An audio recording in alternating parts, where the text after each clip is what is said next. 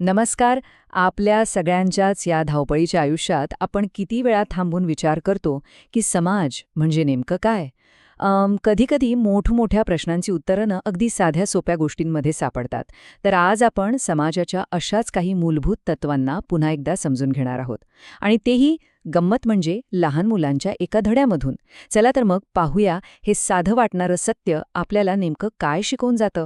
हे बघा, आपल्यासमोर दोन अवस्था आहेत. एकीकडे आहे एकटेपणा आणि दुसरीकडे आहे एकत्र असणं. माणूस म्हणून आपल्यासाठी यातलं काय जास्त स्वाभाविक वाटतं? याचं उत्तर आपल्या सगळ्यांनाच माहिती आहे. पण का? का आपल्याला एकत्र राहायला आवडतं? तर पहिला मुद्दा, आपल्याला आपण का हवे आहोत? म्हणजे माणसाला माणसांच्या सोबतीची, त्यांच्या सहवासाची ओढ का लागते? ही फक्त एक सवय आहे की आपल्या जगण्याची एक मूलभूत गरज? चला जरा खोलात जाऊन पाहूया. आपण स्वतःलाच विचारूया ना, आपल्याला एकटं राहायला आवडतं की आपल्या कुटुंबासोबत, मित्रमैत्रिणींसोबत? कुठलाही सण समारंभ आपण एकटे साजरे करतो का? नाही ना. आपल्याला माणसांची सोबत हवीहवीशी वाटते. ही आपल्या स्वभावातच खोलवर रुजलेली एक गोष्ट आहे. आणि म्हणूनच ही केवळ एक आवड-निवड नाहीये, तर ही आपली एक मानसिक आणि भावनिक गरज आहे. आपले अनुभव, आपले विचार, आपलं सुख-दुःख हे सगळं वाटून घेण्यासाठी आपल्याला आपली माणसं लागतात. आणि ह्याच गर्दीत, ह्याच समूहात आपल्याला कुठेतरी सुरक्षित वाटतं.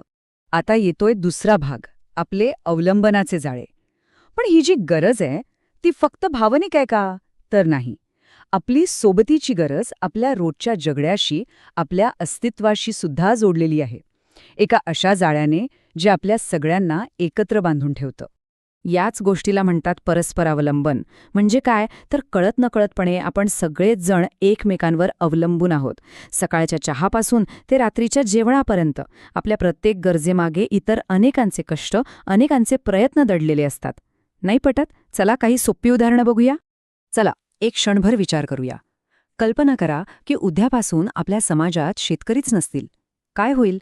साधे, आपल्या ताटातलं अन्नच गायब होईल. आपली जी सगळ्यात मूलभूत गरज आहे तीच पूर्ण होणार नाही. बरं, आता दुसरा विचार करूया. समजा शाळाच नसत्या तर? आपलं ज्ञान, आपली कौशल्य यांचं काय झालं असतं? आपण सगळेजण एका अंधारातच ढकलले गेलो असतो. पिढ्यानपिढ्या माणसाने जे ज्ञान मिळवलंय ते आपल्यापर्यंत कधीच पोचलं नसतं. आणि सगळ्यात महत्वाचं, जरा विचार करा की दवाखानेच नाहीत, आजारी पडल्यावर आपण कुठे जाणार? कोण मदत करणार? आपलं आरोग्य, आपलं अस्तित्वच धोक्यात आलं असतं, नाही का? या उदाहरणांवरून एक गोष्ट अगदी स्पष्ट होते.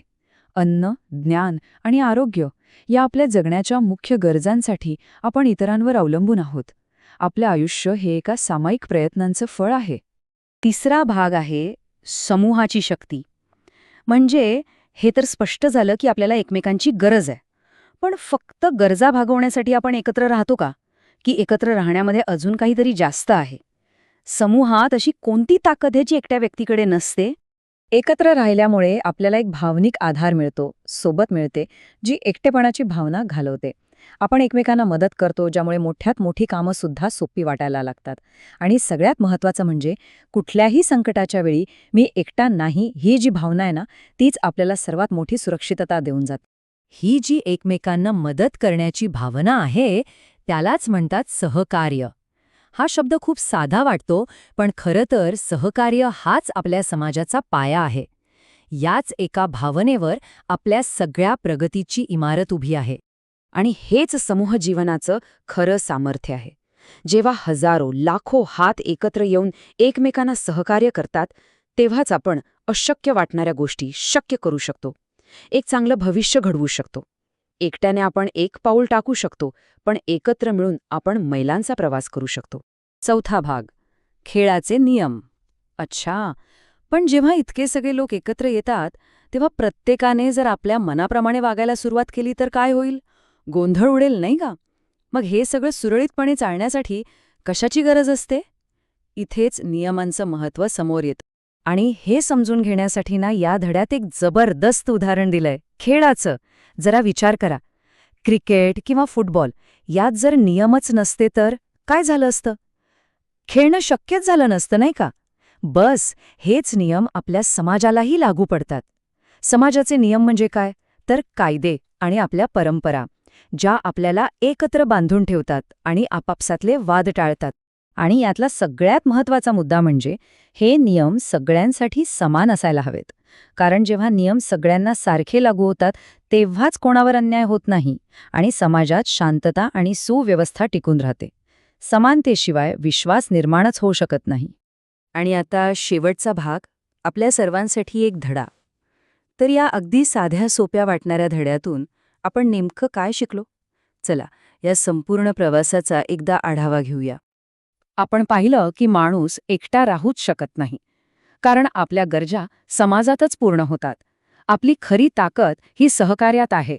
आणि हा समाज नीट चालावा यासाठी नियम किती आवश्यक आहेत. अगदी साध्या खेळातून सुद्धा आपण एकत्र येण्याचा किती मोठा धडा शिकू शकतो. या किती सोप्या पण खोलवर विचार करायला लावणाऱ्या गोष्टी आहेत, नाही का? संत तुकाराम महाराजांनी कित्येक शतकांपूर्वी हेच सारं सांगितलं होतं. एकमेका साह्य करू, अवघे धरू सुपंथ. किती सुंदर आणि किती खरा विचार आहे हा. एकमेकांना मदत करत आपण सर्वजण एका चांगल्या मार्गावर चालूया. आजही समूह जीवनाचं यापेक्षा अचूक वर्णन असूच शकत नाही. तर मग जाता जाता एक शेवटचा प्रश्न मनात येतो. हा धडा खरं तर लहान मुलांना समाजाची ओळख करून देण्यासाठी आहे. पण आजच्या या गुंतागुंतीच्या जगात, जिथे आपण रोज नव्या नव्या आव्हानांना सामोरं जातो, तिथे आपण ही इतकी मूलभूत, इतकी साधी सत्य कुठेतरी विसरून तर नाही ना गेलो? यावर विचार करायला हवा, नाही का?